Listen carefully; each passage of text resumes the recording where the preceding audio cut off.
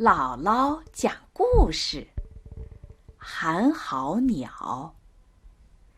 一座大山的山脚有一堵石崖，崖上有一道缝，寒号鸟就住在这里。它把崖缝当作自己的窝。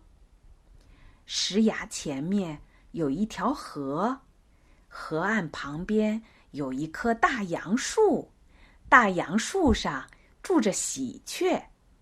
寒号鸟和喜鹊两个面对面住着，成了好邻居，交了好朋友。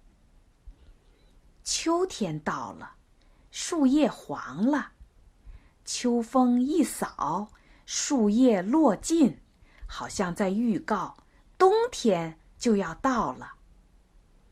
一天，天气晴朗，喜鹊出门，飞向很远很远的村庄，东寻西找，衔回来一些枯草，忙着筑巢，准备过冬。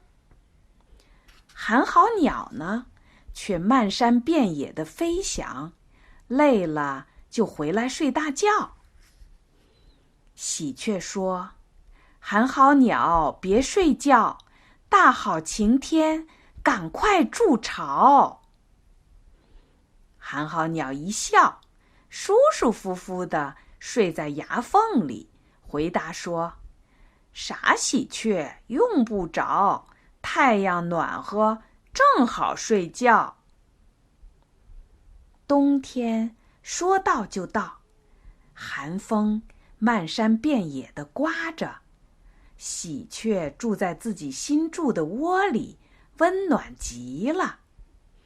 可怜的寒号鸟呢，浑身上下没有一根毛，崖缝里又冷得厉害，冻得它直打颤，不停地哀嚎：哆啰啰，哆啰啰，寒风冷死我，明天就筑窝。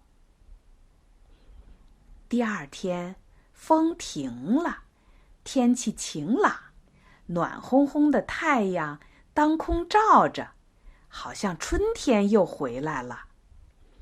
寒号鸟又在崖缝里睡大觉。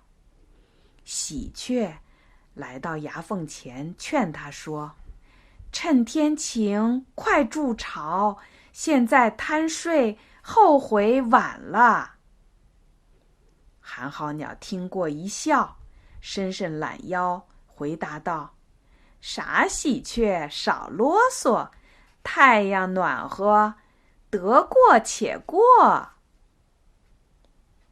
寒冬腊月，空中飘洒着鹅毛大雪，漫山遍野变成一片白色，西北风像猛狮一样狂吼着，崖缝里冷得像冰窖。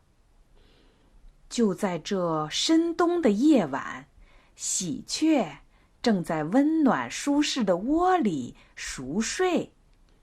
寒号鸟呢，却发出了最后的哀嚎：哆啰啰，哆啰啰，寒风冷死我，明天就筑窝。天亮了，太阳普照大地，喜鹊同往日一样，快活高兴地又唱又跳。可是懒惰的寒号鸟呢，再也不能在阳光下闲荡了，因为早在昨天晚上，它就冻死了。